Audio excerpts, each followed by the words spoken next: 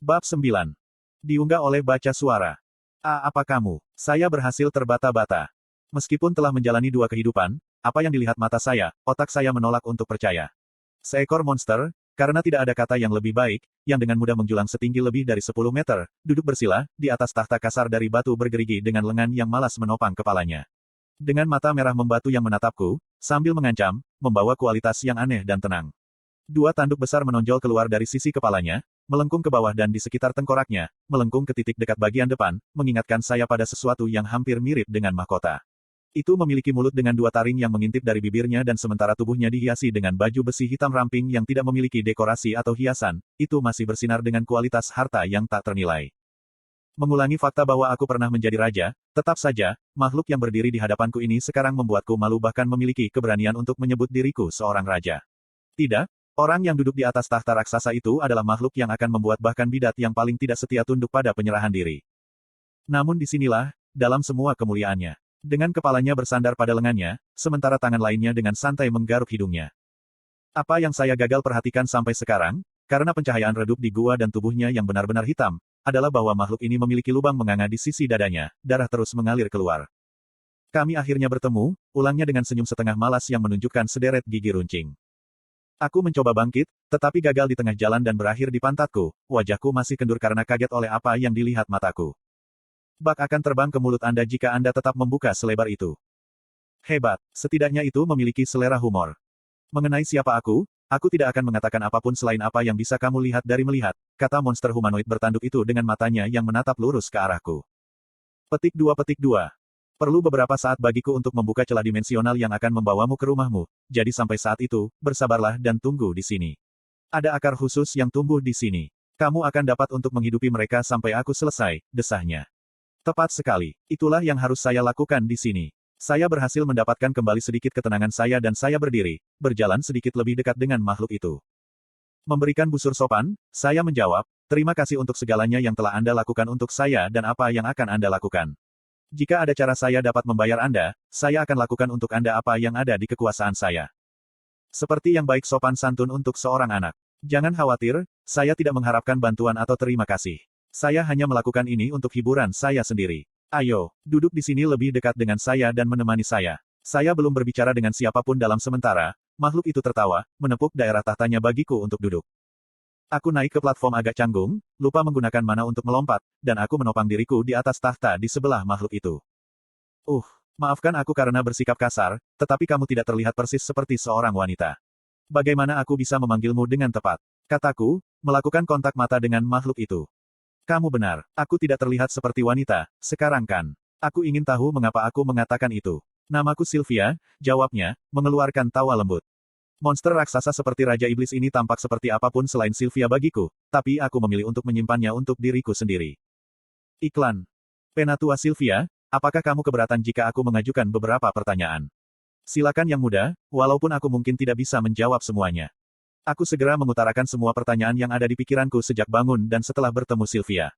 Di mana tempat ini? Mengapa kamu di sini sendirian? Dari mana kamu berasal? Mengapa kamu memiliki luka besar? Mengapa kamu menyelamatkan saya? Dia dengan sabar menunggu saya selesai sebelum menjawab. Kamu pasti punya banyak pikiran. Pertanyaan pertama mudah dijawab. Tempat ini adalah zona sempit yang berada di antara Bisglades dan hutan Elsire. Tidak ada yang tahu tempat ini karena aku telah menangkal siapapun yang mendekati, meskipun kasusnya jarang terjadi. Anda, anak kecil, adalah yang pertama masuk ke dalam domain ini, katanya dengan mudah. Tolong panggil aku Art. Namaku Arthur Lewin tetapi semua orang memanggilku Art. Kau juga bisa. Aku berseru sebelum menutup mulut dengan tangan, bingung mengapa aku bertingkah seperti anak yang bersemangat. Kukuku, anak yang sangat baik, aku akan memanggilmu Art. Mata merahnya berkaca-kaca, tampak jauh sambil menjawab pertanyaanku berikutnya. Melanjutkan ke pertanyaan kedua Anda. Saya di sini sendirian hanya karena saya tidak memiliki siapapun untuk tinggal bersama. Sementara saya tidak berpikir mengatakan kepada Anda semuanya akan bijaksana, saya akan memberitahu Anda bahwa saya memiliki banyak musuh yang sangat berharap untuk sesuatu yang aku sudah, pertempuran terakhirku dengan musuh-musuhku meninggalkan luka ini. Adapun dari mana aku berasal? Sangat jauh, haha. Petik 2. Ada jeda sesaat sebelum Sylvia melanjutkan, kali ini matanya menatap lurus ke arahku, hampir memandangku. Adapun mengapa aku menyelamatkanmu, bahkan aku tidak sepenuhnya tahu jawaban untuk pertanyaan itu. Mungkin aku sudah terlalu lama sendirian dan aku hanya ingin memiliki seseorang untuk diajak bicara. Aku pertama kali melihatmu ketika pestamu terlibat dalam berkelahi dengan para bandit. Ketika kamu jatuh dari tebing untuk menyelamatkan ibumu, aku merasa terdorong untuk menyelamatkanmu, berpikir itu sia-sia untuk anak yang begitu baik untuk mati. Kamu sangat berani. Sangat jarang bahkan orang dewasa menjadi mampu melakukan itu. Petik 2. Aku menggelengkan kepala. Aku juga takut dan aku tidak punya banyak pilihan. Aku hanya ingin menyelamatkan ibuku dan adik bayiku di dalam dirinya. Aku tidak tahu apakah itu dari cara lembut dia berbicara atau karena seberapa besar dan dia tampak kuat tetapi di depannya, aku tampak berubah menjadi seorang anak. Tidak, saya masih kecil di depannya.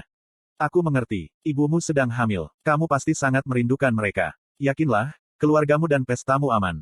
Adapun kemana mereka pergi, pandanganku tidak bisa menjangkau cukup jauh untuk diceritakan lagi. Petik 2. Gelombang lega menyapu saya karena saya harus melakukan yang terbaik untuk menjaga air mata agar tidak jatuh. Begitu ya, mereka aman. Kehidupan baru ini menghasilkan emosi yang saya pikir tidak pernah alami dalam kehidupan saya sebelumnya. Terima kasih Tuhan. Mereka masih hidup. Mereka baik-baik saja, aku mendengus. Tangan raksasa Sylvia mengulurkan tangan saat dia dengan lembut menepuk kepalaku dengan jari. Hari berlalu dengan saya berbicara dengan Sylvia, mengambil beberapa akar di antara untuk makan yang tampak dan terasa sangat mirip dengan kentang tetapi berwarna hitam. Kami berbicara tentang berbagai hal untuk menghabiskan waktu ketika dia bersiap untuk membuka portal. Pada satu titik, dia bertanya bagaimana saya bisa menggunakan mana dengan sangat baik pada usia saya. Saya mendapat kesan bahwa di antara manusia, penyihir paling awal yang telah terbangun sejauh ini adalah usia 10 tahun, dan bahkan pada saat itu, karena anak itu tidak dapat memahami cara menggunakannya, ada sangat sedikit yang bisa dia lakukan dengan itu. Namun, tidak hanya Anda sudah membentuk inti mana Anda, tetapi, dengan cara Anda menggunakan mana Anda tampaknya lebih efisien daripada banyak penyihir penuh. Petik 2. Aku hanya mengangkat bahu, anehnya bangga dengan pujiannya. Orang tuaku bilang aku jenius atau apalah. Aku bisa membaca dengan sangat baik dan aku mendapatkan apa yang dikatakan gambar-gambar dan kata-kata di buku. Beberapa hari lagi menetes ketika Sylvia terus mempersiapkan portal. Dengan nada menyesal, suatu hari dia menjelaskan, mantra itu akan memakan waktu agar benar-benar aman. Aku tidak ingin kamu mendarat di tujuan yang tidak kamu kenal. Bahkan satu inkonsistensi dapat menyebabkanmu sedang diangkut beberapa ratus meter dari tanah. Harap bersabar, Anda akan dapat melihat orang yang Anda cintai segera. Petik 2. Saya mengangguk dan mengatakan bahwa selama saya tahu mereka masih hidup, saya baik-baik saja dengan menunggu. Itu mengalahkan mencoba naik kembali ke tepi gunung. Beberapa hari terakhir ini, ketika aku melatih inti mana dan mengobrol dengan Sylvia, aku memperhatikan beberapa hal. Sylvia benar-benar membuat saya berpikir tentang klise, jangan menilai buku dari sampulnya. Bertentangan dengan penampilannya yang menakutkan, dia baik, lembut, sabar, dan hangat. Dia mengingatkan saya pada ibu saya, dengan cara mereka berdua memarahi saya ketika menjadi lembut ketika saya melakukan sesuatu yang salah. Saya menyebutkan bagaimana penyihir yang saya lawan, serta bandit-bandit lainnya, layak mendapatkan kematian yang lebih buruk daripada yang mereka miliki ketika dia tiba-tiba menjentikkan dahi saya. Meskipun dia lembut, satu jentikan jari dari seseorang yang tingginya lebih dari 10 meter tidak ada artinya. Saya dikirim jatuh di tanah sebelum dengan marah mengatakan, untuk apa itu? Mengangkatku dan meletakkanku di atas lututnya yang berlapis baja, dia berkata dengan nada lembut namun menyakitkan, Art. Mungkin kau tidak salah karena bandit-bandit itu memang pantas mati, bahkan aku memilih untuk tidak menyelamatkan penyihir yang kau miliki untuk hal yang sama namun, jangan biarkan hatimu diselimuti pikiran kebencian dan hal-hal semacam itu. Teruslah bangga dengan hidupmu dan dapatkan kekuatan untuk melindungi orang yang kau cintai dari bahaya. Sepanjang jalan, kau akan menghadapi situasi seperti sebelumnya, mungkin bahkan lebih buruk, tetapi jangan biarkan kesedihan dan amarah merusak hati Anda, tetapi teruskan dan pelajari untuk memperbaiki diri dari pengalaman-pengalaman itu sehingga itu tidak akan terjadi lagi. Petik 2. Aku berkedip, sedikit terkejut oleh fakta bahwa aku sedang diajar moral oleh seseorang yang tampak seperti lambang kejahatan sendiri. Anehnya, itu menempel padaku ketika aku baru saja menjawab dengan anggukan kosong.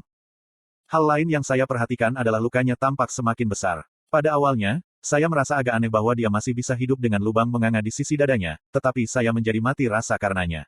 Itu adalah, sampai beberapa hari yang lalu, saya perhatikan lukanya tampak berdarah lebih deras. Sylvia berusaha menyembunyikannya pada awalnya dengan tangannya, tetapi itu tumbuh semakin jelas. Menyadari pandangan prihatin saya terhadap luka itu, Sylvia memberi saya senyum lemah dan berkata, jangan khawatir, luka ini semakin membusuk dari waktu ke waktu. Suatu hari, ketika saya sedang bermeditasi dan menggunakan teknik gerakan yang ketat untuk lebih mengontrol mana, Sylvia tiba-tiba menyela, Art. Cobalah menyerap mana saat Anda sedang membuat gerakan. Idealnya Anda harus dapat menyerap setidaknya sebagian kecil dari mana yang Anda inginkan selama meditasi saat kamu bertarung. Meskipun kamu akan menghabiskan mana lebih cepat daripada yang bisa kamu menyerap mana, kamu akan dapat memperpanjang penggunaan mana kamu. Petik 2. Itu membuatku mengingat tentang ide yang tepat ini. Saya lupa menguji hipotesis saya karena saya tidak bisa bergerak sebebas yang saya bisa sekarang. Saya sudah terbiasa dengan penyerapan mana dan manipulasi mana sebagai dua hal terpisah yang saya tidak berhenti untuk memikirkan kemungkinan di dunia baru ini. Biarkan aku mencoba, aku mengangguk. Manusia memiliki pola pikir yang sangat linier dalam hal mana dan merasa sulit untuk menyimpang dari apapun yang sudah berhasil. Namun berlatihlah sekarang, karena Anda hanya dapat memperoleh keterampilan ini sementara tubuh dan inti mana Anda belum matang. Bahkan binatang buas manapun belajar untuk lakukan ini secara alami, tetapi manusia bangun sangat terlambat dan dalam kebanyakan kasus, tubuh mereka tidak mahir untuk kemampuan ini ketika mereka pertama kali bangun. Mengingat Anda masih sangat muda, seharusnya tidak ada masalah jika Anda berlatih, lanjut Sylvia dengan hidungnya bangga. Saya harus mengakui bahwa, seperti menguji sebagian besar teori, pada awalnya sangat sulit. Itu mengingatkan saya pada latihan yang ditunjukkan oleh penjaga saya di panti asuhan ketika saya masih muda, yang mana Anda mencoba membuat setiap lengan Anda melakukan sesuatu yang berbeda. Kecuali jauh lebih sulit. Berlatih ini pada dasarnya berarti mampu bertarung dengan mahir sambil tetap mempertahankan aliran mana yang konstan. Satu-satunya saran Sylvia adalah bahwa, menurutnya, seorang penyihir yang luar biasa harus mampu membagi pikirannya menjadi beberapa segmen untuk memproses informasi dengan kecepatan efisien. Sementara saya tidak pernah meminta guru untuk memisahkan pikiran saya mencoba melakukan apa yang dia katakan. Tak perlu dikatakan, saya belum pernah tersandung tubuh saya sendiri berkali-kali dalam hal ini dan kehidupan saya sebelumnya digabungkan. Setidaknya, ini sepertinya membuat beberapa tawa geli dari Sylvia. 2 bulan telah berlalu sejak itu ketika saya menemani Sylvia dengan cerita-cerita tentang keluarga saya dan kota tempat saya dilahirkan, sambil terus meningkatkan tekniknya berkat kesabaran dan ketekunan Sylvia. Sylvia menolak menyebutkan nama skill ini, jadi aku menamainya sendiri, mana rotation. Selama periode waktu ini, akan menjadi pernyataan yang meremehkan untuk mengatakan bahwa saya hanya menjadi dekat dengan Sylvia. Dia telah memperlakukan saya seperti cucunya sendiri dan, sebagai tanggapan, saya telah melekat pada nenek moyang iblis ini. Karena hubungan kami yang berkembang, saya tidak bisa mengabaikan apa yang terjadi. Sangat jelas bahwa lukanya semakin memburuk karena portal yang bertanggung jawab untuk membawaku pulang menjadi lebih berbeda. Sylvia, tolong beritahu aku apa yang terjadi pada lukamu. Mengapa ini semakin buruk? Tidak seperti ini sebelumnya. Kamu mengatakan itu hanya bercanda setiap sekarang dan kemudian jelas-jelas bohong. Ini tidak akan hilang itu sendiri, itu benar-benar semakin buruk. Dengan frustrasi aku menyuarakan keprihatinanku pada suatu malam yang sangat buruk setelah dia memuntahkan genangan darah. Saya berhenti sejenak, tersentak dengan kesadaran. Mengapa saya tidak memperhatikan ini sebelumnya? Dia semakin memburuk saat membuat portal. Untuk mengirim saya pulang. Dia mengorbankan hidupnya sehingga saya bisa bertemu keluarga saya. Sylvia menghela napas dalam-dalam, tahu bahwa aku telah menyadari apa yang sedang terjadi. Mengelola senyum malu-malu, Sylvia berbisik, Art. Ya aku sekarat, tapi aku akan marah jika kamu menyalahkan dirimu sendiri, berpikir bahwa kamu yang menyebabkan ini.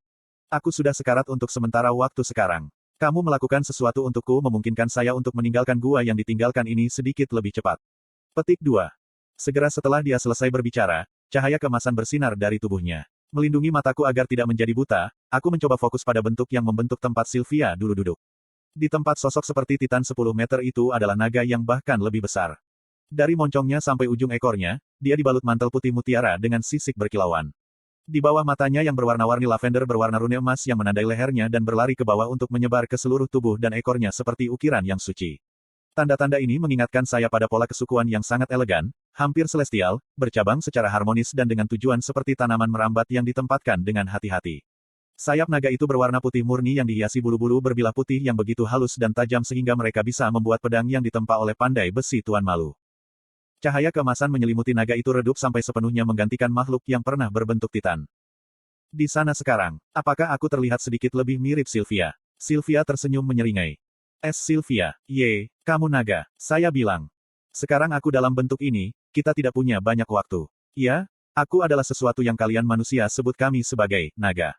Alasan aku sekarat adalah karena aku telah terkena luka ini setelah melarikan diri dari penangkap saya telah merasakan salah satu dari mereka mendekati berbahaya dekat beberapa hari yang lalu, jadi saya merasa bahwa waktu persembunyian saya hampir berakhir.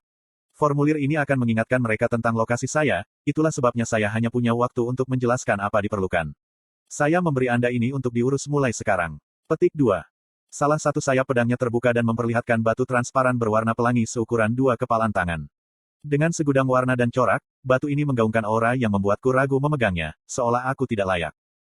Tanpa menunggu saya untuk menanggapi, dia melanjutkan, semuanya akan mengungkapkan dirinya sendiri ketika saatnya tiba jadi pegang ini dan jangan biarkan ada yang tahu bahwa Anda memiliki ini. Kebanyakan tidak akan tahu apa itu tetapi semua orang akan tertarik oleh aura itu memancarkan. Petik 2.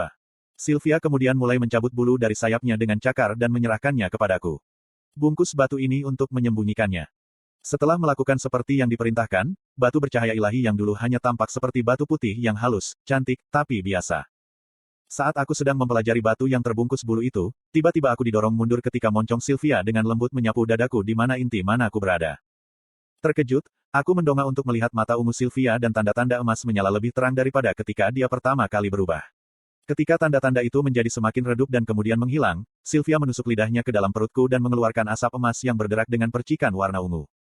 Seruan tajam keluar dari mulutku saat aku berkedip, bingung, dan terkejut. Aku terus menatapnya ketika dia menggerakkan kepalanya ke belakang, meninggalkan jejak darah dari lubang di bajuku yang sudah usang. Tulang dada saya berdarah, tetapi ketika saya menggerakkan tangan saya melewati daerah itu, tidak ada luka. Ekspresi Sylvia tampak sangat sakit dan lemah, bahkan jelas untuk naga perkasa yang bahkan lebih besar dari ilusi sebelumnya. Namun, yang menarik perhatianku adalah bahwa iris ungu yang dulu berkilauan itu sekarang hanya berwarna kuning pudar dengan rune indah yang mengalir di wajah dan tubuhnya sekarang hilang.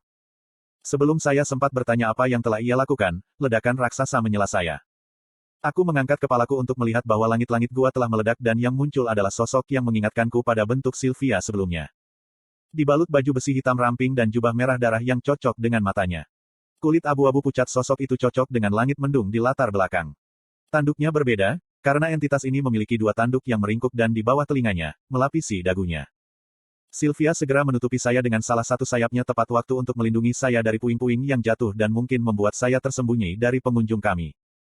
Nona Sylvia, saya menyarankan Anda untuk menghentikan kekeras kepalaan Anda dan menyerahkannya. Anda telah menyebabkan kami cukup susah setelah menyembunyikan diri Anda. Jika Anda tunduk, Tuhan bahkan dapat menyembuhkan luka Anda, entitas beralasan dengan tidak sabar. Segera setelah dia selesai berbicara, dunia di sekitarku sepertinya berhenti. Semuanya kecuali Sylvia dan saya sendiri, warna-warna dunia seolah-olah dilihat melalui lensa terbalik. Yang paling mengejutkan saya adalah semuanya masih tenang. Entitas, awan di belakangnya, dan bahkan puing-puing langit-langit yang jatuh. Mengabaikan musuh, Sylvie dengan santai mengintip ke bawah sayapnya. Aku akan membuka portal sekarang. Aku tidak punya waktu untuk membuatnya pergi langsung ke rumahmu, tetapi itu akan membawamu ke suatu tempat dengan manusia di dekatnya. Jangan biarkan dia melihatmu dan jangan melihat ke belakang, dia bisik, matanya serius. Saya mengabaikan instruksi Sylvia setelah saya mendengar apa yang dijanjikan entitas. Sylvia, apa yang dia katakan benar. Jika kamu menyerahkan diri, apakah kamu bisa hidup?